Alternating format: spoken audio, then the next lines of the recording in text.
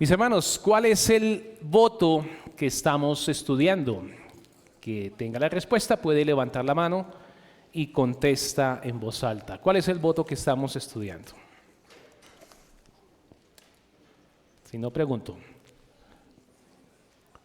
Mano Arturo, ¿cómo dice el quinto voto?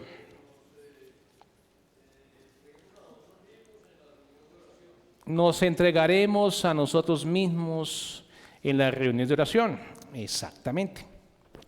Y hablamos que no vamos a hacer un estudio de todos los temas y las aristas de la oración, pero que sí íbamos a ver unos principios muy importantes que nuestro Señor Jesucristo nos da para que acudamos a Él en oración. Y allí tocamos un texto que estaba en Juan, capítulo 15, versículos del 1 al 7. ¿Alguien recuerda cuál fue el texto, el versículo que desarrollamos y explicamos? ¿Sí? ¿Qué dice? Leámoslo. Sí, señor, adelante.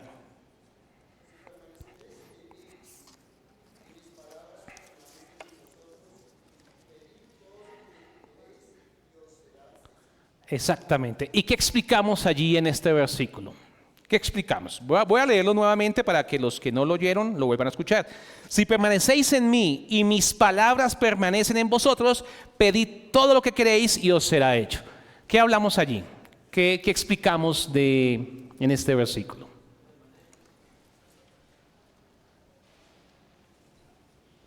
Mi hermana.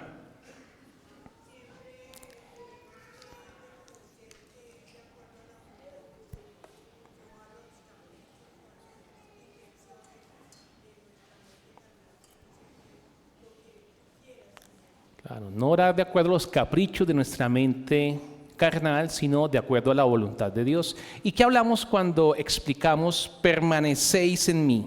¿Qué es permanecer en Él? ¿Qué es permanecer en Él? Mi hermana.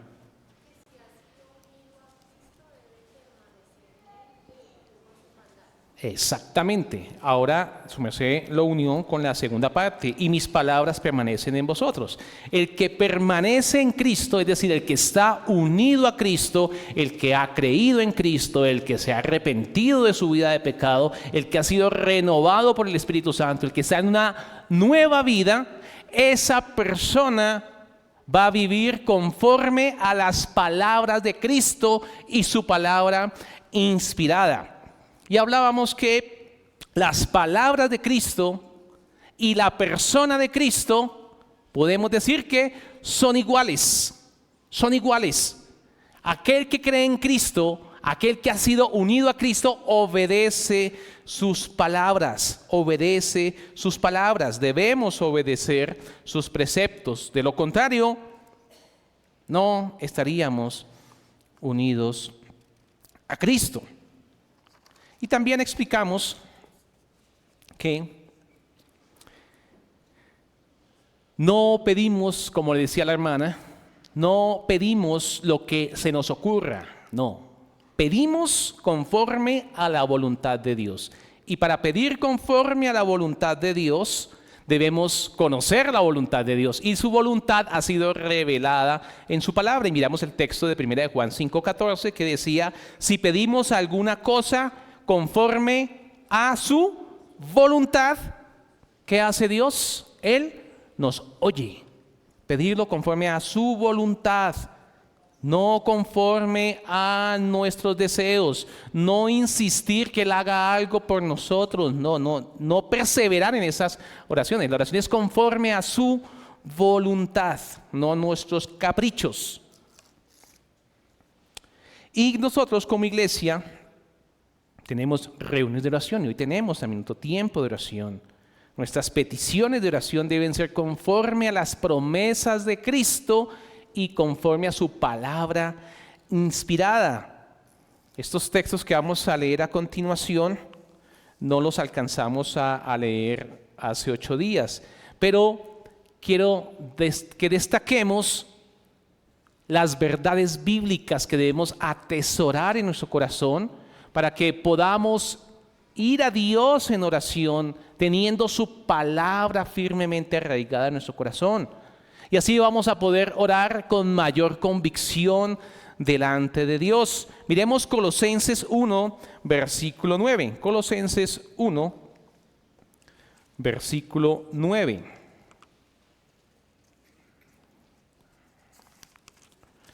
Colosenses 1, versículo 9. Dice así la palabra de Dios. Por lo cual también nosotros, desde el día que lo oímos, no cesamos de orar por vosotros y de pedir que seáis llenos del conocimiento de su voluntad en toda sabiduría e inteligencia. Sigamos leyendo. Para que andéis como es digno del Señor, agradándole en todo, llevando fruto en toda buena obra y creciendo en el conocimiento de Dios, fortalecidos con todo poder conforme a la potencia de su gloria, para toda paciencia y longanimidad. Hermanos, entonces, debemos estar llenos del conocimiento de su voluntad y de acuerdo a esa llenura del conocimiento de su voluntad, que es su misma palabra en nosotros, vamos a orar conforme a su voluntad. Tal vez muchos de nosotros, cuando empezamos como cristianos, como creyentes, cuando Cristo nos llamó, no sabíamos cómo orar, no sabíamos cómo pedir a Dios, no conocíamos con claridad estas verdades bíblicas que Cristo había dado a su pueblo. Y como leímos en el versículo hace 8 días, que lo repasamos hace un momento, es pedir. Es pedir. Eso es lo que dice el texto bíblico, eso es lo que dice el Señor Jesús. Si permanecen en mí y en mis palabras, pidan. Las promesas, lo que el Señor ha dado a su iglesia, ya está. Nuestra obligación es pedir, ir a Él en oración, ir a Él y derramar nuestro corazón a Él. Entonces, cuando tenemos necesidades de provisión, el Señor dice que Él es fiel y suficiente para darnos todo lo que necesitamos. Miremos Mateo 6, versículos, veamos del 31 al 33. Mateo 6, el que lo tenga lo puede leer en voz alta. Mateo 6, 31 al 33. No os afanéis pues diciendo, ¿qué comeremos o qué beberemos o qué vestiremos? Porque los gentiles buscan todas estas cosas, pero vuestro Padre Celestial sabe que tenéis necesidad de todas estas cosas. Gracias, mi hermano. Esta es una verdad bíblica. Vuestro Padre Celestial sabe que tenéis necesidad de todas estas cosas. La palabra de Dios no promete hacer rico a nadie, pero sí promete dar una provisión fiel y suficiente para su pueblo, para sus hijos. Hay veces necesitamos verdades bíblicas para fortalecernos interiormente. Y tal vez por no ir a las Escrituras, desconocemos tanta riqueza que hay en la palabra de Dios y no pedimos conforme a su voluntad porque desconocemos por no estudiar su verdad. Miremos Efesios 3, versículo 16. Efesios 3, versículo 16.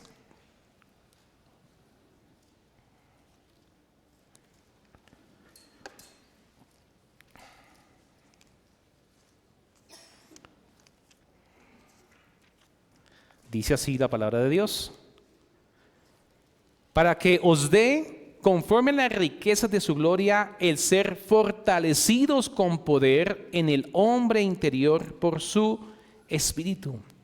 Y sigue diciendo, para que habite Cristo por la fe en vuestros corazones, a fin de que arraigados y cimentados en amor, seáis plenamente capaces de comprender con todos los santos cuál sea la anchura, la longitud, la profundidad y la altura, y de conocer el amor de Cristo que excede a todo conocimiento, para que seáis llenos de toda la plenitud de Dios. Tenemos grandes verdades bíblicas para orar y acudir al Señor, porque Él ha prometido fortaleza para el creyente, para que el creyente pueda perseverar en la fe, ha prometido crecimiento espiritual. También pedimos en nuestra iglesia que Cristo gobierne sobre nuestra iglesia, que Cristo sea el que gobierne sobre nosotros. Y es una verdad clara, y Él lo ha dicho: edificaré mi iglesia y las puertas del Hades no prevalecerán contra ella, dice Mateo 16, versículo 18. Y también Mateo 18 dice: si dos de vosotros se pusieren de acuerdo, allí estoy yo en medio de ellos. Y habla en un contexto de iglesia, habla en el contexto de la iglesia reunida. Y miremos otra verdad bíblica que también nos atañe mucho, y es cuando luchamos contra el pecado que nos asedia. Y dice Romanos 6, versículo 14. Leámoslo. Romanos 6, versículo 14.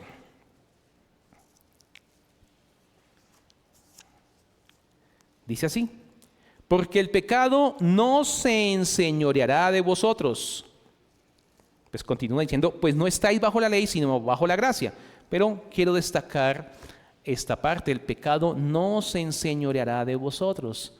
Es una verdad para el pueblo de Dios, para que podamos entender que esta verdad bíblica es de gran aliento para su pueblo, que podemos orar y rogar al Señor que nos dé de su Espíritu para que podamos vivir de manera fructífera delante de su presencia. Y así hay muchas más verdades bíblicas que necesitamos conocer como pueblo de Dios para que podamos orar con todo anhelo, convencido que su palabra es verdad, y luego, después de orar y elevar esas peticiones al Señor, movilizarnos, movernos en acción, como hablábamos en el ejemplo de la niña. ¿Recuerdan el ejemplo de la niña? Que la niña era muy juiciosa y levantaba la mano y respondía muy bien, y la compañerita no tanto. Y le habló de la oración, pero la oración junto con el estudio, la diligencia. Debemos orar a Dios y ser diligentes en obedecer y atender lo que Él nos ha ordenado. Hasta aquí fue donde quedamos hace 8 días. Ya entendiendo la manera correcta de pedir a Dios, veamos ahora cómo eran las reuniones de oración en la iglesia primitiva. Vamos a pasar a esa parte. ¿Cómo eran las oraciones públicas de la iglesia primitiva? Estas reuniones eran muy comunes, sin duda, eran cotidianas, eran del día a día de los creyentes. Y la palabra de Dios nos muestra muchos registros relacionados con esos momentos en que el pueblo de Dios se reunía a orar. La primera reunión de oración que encontramos en la palabra de Dios es precisamente después de que nuestro Señor Jesucristo asciende al cielo. Y podemos nosotros imaginar el momento tan complejo que fue para su pueblo, para la iglesia. Es por decir algo así. Es como un ejército y el comandante que se encarga en planear toda la estrategia y que tiene clara la estrategia de cómo vencer al enemigo. Ese capitán le explica a todo su escuadrón cómo van a hacer para vencerlo. El escuadrón lo entiende y saben que es una excelente manera de vencer, pero al momento ese comandante muere. ¿Cómo queda su escuadrón? Pues va a ser muy complejo para ellos, va a ser muy difícil. Igualmente, un ejemplo más claro que tal vez nos tocó a muchos de nosotros: un padre de familia. Un padre de familia que da todo por su casa, da la provisión a su casa, paga las deudas en su casa, suple todas las necesidades de su hogar, emocionales, afectivas. Es un padre muy responsable, paga a tiempo todas sus cosas, sostiene a su esposa, a sus hijos. Y es un padre que es muy dedicado especialmente a enfrentar las dificultades económicas y de salud de su hogar. Pero el padre muere. ¿Cómo queda esta esposa? ¿Cómo quedan estos hijos? Quedan expuestos a innumerables pruebas. Quedan expuestos a dolores, quedan expuestos a angustias, queda un fuerte sinsabor en sus almas. Todo lo que protegía ese hogar ya no está. Ahora lo rodea niebla, tristeza, porque el muro de fortaleza que estaba allí ya no está. Quedan en profunda desolación. Así fue la iglesia primitiva. El Señor Jesús ascendió a los cielos. ¿Y cómo quedaron esos cristianos? En una tormenta, perseguidos.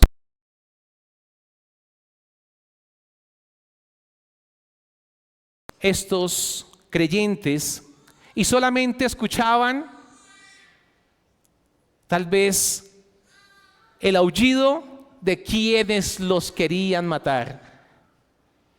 Pues estas pobres criaturas indefensas, estos cristianos, lo único que hacían era reunirse juntos se reunían allí todos aquellos cristianos, dispuestos a que si les tocaba morir, morían, pero juntos. Pero había algo más especial. Ellos sentían que nada les daba tanta alegría que juntarse para orar y poner sus peticiones a Dios. Entregar sus dificultades diarias y acercarse a Dios en súplica común, todos sufriendo, todos perseguidos, pero todos buscando el rostro de Dios. Miremos allí el texto bíblico. Vamos al libro de los Hechos. Miremos versículo 12. Hechos, capítulo 1. Miremos el versículo 12.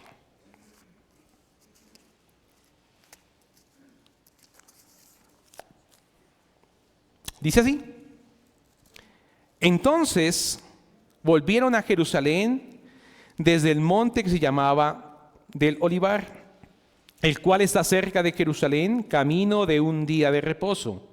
Y entrados subieron al aposento alto, donde moraban Pedro y Jacobo, Juan, Andrés, Felipe, Tomás, Bartolomé, Mateo, Jacobo, hijo de Alfeo, Simón el celote, y Judas, hermano de Jacobo. Y leamos el 14. Todos estos, escuchen lo que dice, perseveraban unánimes en oración y ruego con las mujeres y con María, la madre de Jesús, y con sus hermanos. Reunión de oración. Culto de oración. Allí vemos una primera evidencia que la iglesia se reunía para orar y para invocar el nombre de Dios en sus horas más difíciles, más desconsoladoras. En su momento de niebla se reunían a orar y a buscar el rostro de Dios.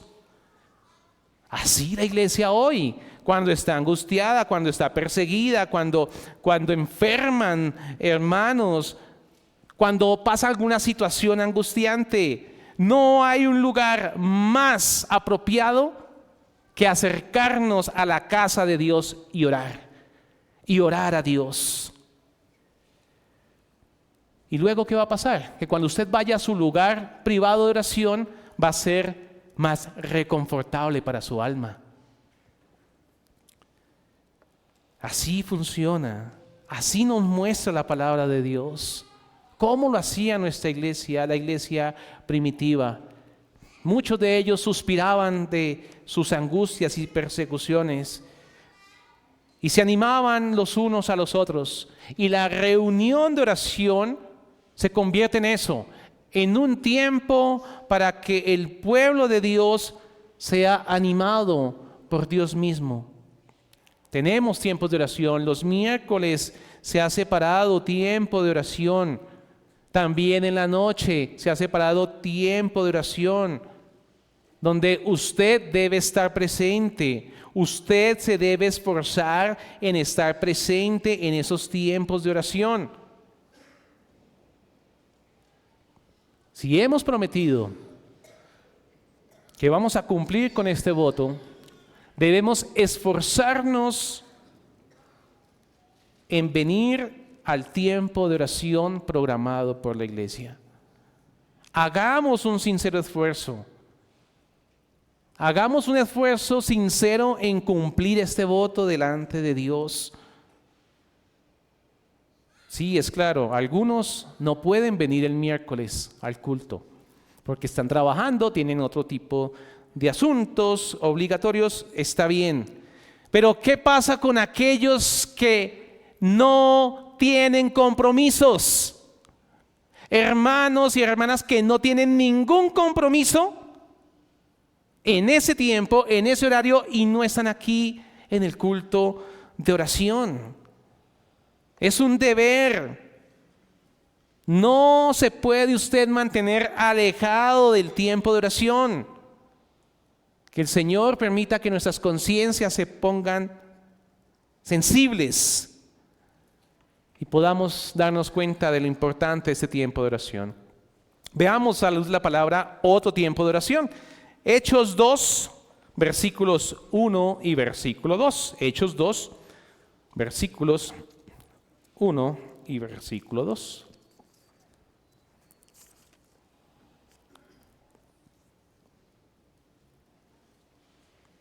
Este es otro tiempo de oración. El que lo tenga lo puede leer. Es un tiempo de oración también donde se recibió la gracia de Dios, donde estaban unidos en un lugar y muy seguramente orando porque estaban también en el aposento. Sigamos. Adelante, hermano. Dice Hechos 1:2. Cuando llegó el día de Pentecostés, estaban todos unánimes juntos, y de repente vino del cielo un estruendo, como de un viento recio que soplaba, la cual llenó toda la casa donde estaban sentados. Gracias, mi hermano. Entonces oyeron un sonido, el viento impetuoso, lenguas repartidas, ya ustedes conocen el texto, fueron llenos del poder que Jesús les había prometido. Estas personas que eran pescadores, que eran personas ordinarias, se convirtieron en mensajeros extraordinarios del cielo, mensajeros extraordinarios que iban a llevar la palabra de Dios. Hombres que eran analfabetas fueron luego hablaron en lenguas, en distintas lenguas que no se habían oído.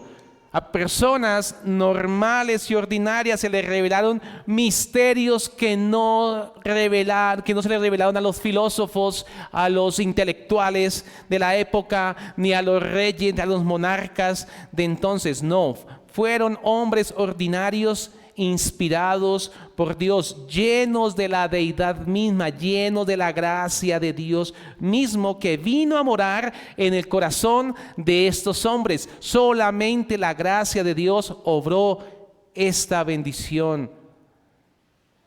El resultado es claro. Hombres vacilantes, temerosos, miedosos, se volvieron valientes. Hombres que, como Juan, impetuosos. ¿Recuerdan cuando Juan pidió que cayera fuego del cielo? Que caiga fuego del cielo. Y luego, después que la gracia de Dios llenó su corazón, ¿no fue acaso él el que daba su vida y quería que muchos fueran rescatados? Pues así es, así es. Aunque este poder de obrar milagros ya hoy en día no está, este poder de sanidades, sí se nos ha dado hoy el poder espiritual de ser fortalecidos por el Espíritu Santo. Que la iglesia sea fortalecida por el Espíritu de Dios. Que la iglesia sea llena del Espíritu, llena de la verdad de Dios, llena de la palabra de Dios. Y un buen lugar para rogar que el Señor nos dé entendimiento espiritual y podamos acumular más entendimiento de la verdad de Dios, pues es en el tiempo de oración. Es allí en el tiempo de oración. Y este crecimiento espiritual al que usted, hermano, usted, hermana, y yo estamos llamados a tener, no es opcional. No es una opción para usted creyente si quiere crecer o no quiere crecer espiritualmente. No. No es una opción. Miremos 2 de Pedro 3, versículo 18. Y miramos por qué no es una opción. 2 de Pedro 3, versículo 18. Usted debe crecer en la gracia de Dios, debe crecer en la oración. La oración es un medio de gracia y usted debe crecer en el conocimiento de Dios y debe rogar a Dios que le conceda esa bendición. 2 de Pedro 3, versículo 18. Dice así: antes bien, escuchemos la orden apostólica. Creced en la gracia y el conocimiento de nuestro Señor y Salvador Jesucristo. A Él sea la gloria ahora y hasta el día de la eternidad. Amén. No es opcional. Creced. Creced. Vamos a otro tiempo de oración de la iglesia primitiva. Vamos allí al capítulo 4, versículo 31. Capítulo 4. Hechos, capítulo 4, versículo 31. Aquí vemos otro tiempo de oración, un gran recurso que tiene la iglesia cuando la iglesia es perseguida. Recordemos que aquí Pedro y Juan habían sido encarcelados. Los escribas y los fariseos habían perseguido a los discípulos de nuestro Señor Jesucristo. Pero ellos recurrieron a la oración. Leamos el pasaje. Dice así, Hechos 4, versículo 31. Dice: cuando hubieron orado, el lugar en que estaban congregados tembló y todos fueron llenos del Espíritu Santo y hablaban con denuedo la palabra de Dios. Se reunieron a orar, oraron. Y leámoslo desde antes, para que tengamos todo el contexto.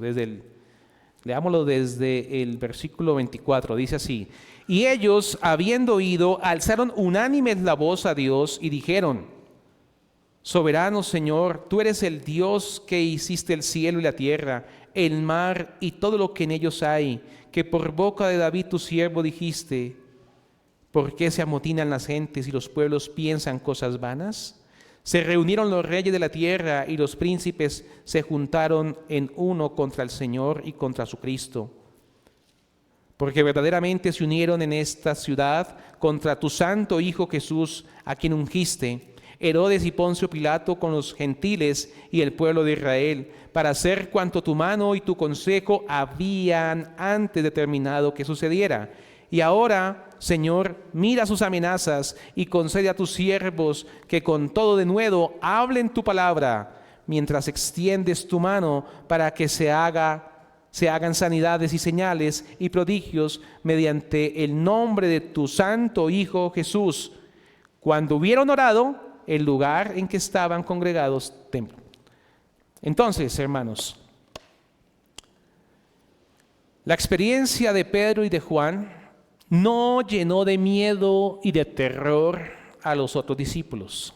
Todo lo contrario, se llenaron de vida, se vivificaron, se fortalecieron, pero sobre todo confiaron por completo en el pleno control soberano de Dios. Confiaron en que Dios tenía el control de todas las cosas, de todas las circunstancias, especialmente los sufrimientos. Dios tenía el control de todas las cosas y en eso descansaron. Confiaron por completo en el control soberano de Dios. Sí, Pedro, tan querido por ellos, Juan, tan querido por ellos, padeciendo. Pero confiaron en que Dios tiene el control de todas las cosas. Miremos Hechos 12, versículos del 1 al 5. Hechos 12, versículos del 1 al 5. Tiempos de oración, la iglesia reunida, la iglesia orando, la iglesia buscando el favor y la misericordia de Dios. Dice así: en aquel mismo tiempo el rey Herodes echó mano a algunos de la iglesia para maltratarles y mató a espada a Jacobo, hermano de Juan. Y viendo que esto había agradado a los judíos, procedió a prender también a Pedro. Eran entonces los días de los panes sin levadura, y habiendo tomado preso, le puso en la cárcel, entregándole a 4 grupos de 4 soldados cada uno para que le custodiasen, y se proponía sacarle al pueblo después de la Pascua. Así que Pedro estaba custodiado en la cárcel, a donde quería llegar. Pero la iglesia hacía sin cesar oración a Dios por él. Oración a Dios. Aquí encontramos una reunión de oración muy importante. Un lugar de oración donde buscaban que Pedro fuese liberado de manera sobrenatural, que el Señor operara de manera sobrenatural. Pedro estaba en prisión. Herodes se dijo a sí mismo: me voy a dar el placer de condenar y matar a Pedro. Me voy a dar ese gusto. Pero en la noche en que dormía encadenado entre los soldados que custodiaban allí este lugar donde se encontraba el apóstol Pedro, la iglesia allí estaba orando. Cuando él estaba en cárcel sufriendo y padeciendo, la iglesia estaba reunida orando a Dios sin cesar, rogando que el Señor obrara conforme a su voluntad. Y los muros, por más duros que fueran, las cadenas por más fuertes que fueran, los soldados por más experimentados que fueran, por más numerosos que fueran los soldados, si Dios quería liberarlo, Dios lo iba a liberar. Y ustedes conocen lo que continúa en la historia. El ángel llegó por el costado y le dijo a Pedro que se levantara. Las cadenas se cayeron, se desprendieron. Las puertas se abrieron a su paso. El apóstol Pedro pasó por allí y se encontró en la calle, pero un poco desorientado, dice el texto bíblico. No sabía si estaba o dormido, estaba viendo visiones o era una realidad. Cuando llegó a la casa donde estaban los creyentes, ¿qué estaban haciendo esos creyentes? Estaban orando. Estaban orando. Pero cuando él llegó a ese lugar de oración, ¿le abrieron inmediatamente que entrara? No, la hermana que llegó no lo podía creer y miró que era Pedro, y en vez de abrirle a Pedro en ese afán que tenía él, que estaba huyendo de que iba a morir, que lo estaban persiguiendo, en ese afán, ella pues fue, miró, es Pedro, y se fue allá donde sus hermanos que estaban orando en vez de abrirle inmediatamente. Pero fue y les contó, y luego se devolvió. Puede ser el espíritu de Pedro, pero Pedro no puede ser. ¿Y no era acaso lo que estaban orando? ¿No era acaso su petición de oración? Pues la mano de Dios no se había cortado. Y si era el apóstol Pedro. Le abrieron y él, haciendo señas de que no digan nada, entró y la oración fue contestada. Dijo alguien, abro comillas: puede que no sea la voluntad de Dios. Puede que no haya necesidad de que cada miembro del pueblo de Dios sea sacado de la cárcel o resucitado de una enfermedad, o salvado de la necesidad. Pero si es la voluntad del Maestro y es lo correcto, Él lo concederá. Así que nosotros como iglesia, nosotros pedimos, y pedimos con fe.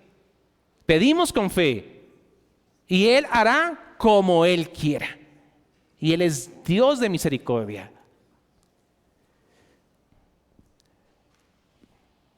Vamos al último tiempo de oración. Último tiempo de oración. Vamos a Hechos 13, versículo... No, ese lo pasamos. Vamos a otro tiempo de oración. Vamos a Hechos 16, del 11 al 15. Hechos 16, del 11 al 15. Dice así la palabra de Dios. Zarpando, bueno, esto quiero hacer antes expresar una idea antes. Para los que dicen, y yo que no soy miembro, entonces yo no debo estar en el tiempo de oración, porque no soy miembro. No, usted debe estar en el tiempo de oración. Antes, usted debe nunca faltar al tiempo de oración, porque allí en el tiempo de oración, el Señor puede obrar como quiera. Y allí puede encontrar la bendición que usted anhela en su corazón. Y la bendición que anhela una persona que busca a Dios es que tenga su vida asegurada en Cristo. Esa es la mayor bendición que puede tener un ser humano, que su vida esté asegurada en Cristo. Y vamos a leer ahora sí el pasaje. Zarpando pues de Troas, vinimos con rumbo directo a Samotracia. Y el día siguiente a Neápolis, y de allí a Filipos, que es la primera ciudad de la provincia de Macedonia y una colonia, y estuvimos en aquella ciudad algunos días. 13. Y un día de reposo salimos fuera de la puerta, junto al río, donde solía hacerse la oración. Y sentándonos, hablamos a las mujeres que se habían reunido. Entonces una mujer llamada Lidia, vendedora de púrpura de la ciudad de Tiatira, que adoraba a Dios, estaba oyendo. Y el Señor abrió el corazón de ella para que estuviese atenta a lo que Pablo decía. Y cuando fue bautizada y su familia nos rogó diciendo, si habéis juzgado que yo sea fiel al Señor, entrad en mi casa y posad, y nos obligó a quedarnos. Junto al río se reunían allí a orar.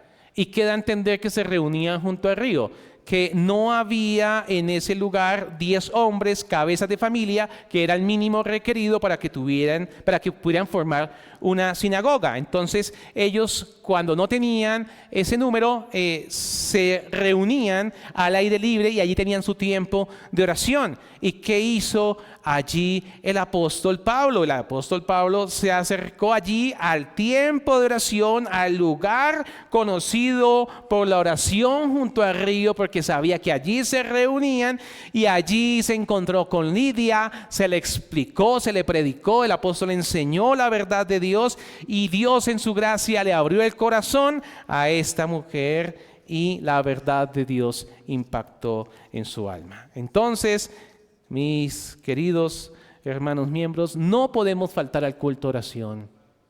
No podemos faltar al tiempo de oración. Aquellos que no son miembros no pueden faltar al tiempo de oración. Es un tiempo de oración para todos. Todos debemos estar allí presentes. No faltemos a nuestra oración. Oremos juntos por la bendición para nuestra iglesia. Oremos por el ministerio que el Señor ha dado a nuestra iglesia. Orémonos por los diáconos que el Señor ha dado a nuestra iglesia. Oremos por los sugieres que el Señor ha dado a nuestra iglesia. Por las hermanas que sirven. Por los que sufren. Por los que pasan necesidades económicas. Por los hermanos que son fuertes en la fe. Por los que somos débiles. Por los enfermos. Por los pecadores. Oremos por todo el cuerpo de Cristo. Y que todas estas oraciones asciendan, como hemos aprendido, como fragancia, olor agradable delante de nuestro Dios. Oremos. Padre Celestial, te damos gracias por tu palabra.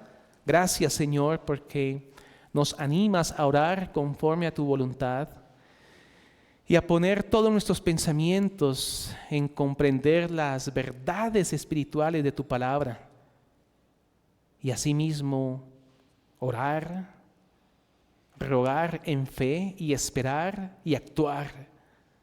Ayúdanos, Señor, a ser creyentes fieles a la oración. Ayúdanos, Señor, a que seamos una iglesia orante, que busque tu rostro y tu gracia. A ti sea la gloria, Padre. Todo lo pedimos en los méritos de tu Hijo Jesucristo y para tu gloria. Amén.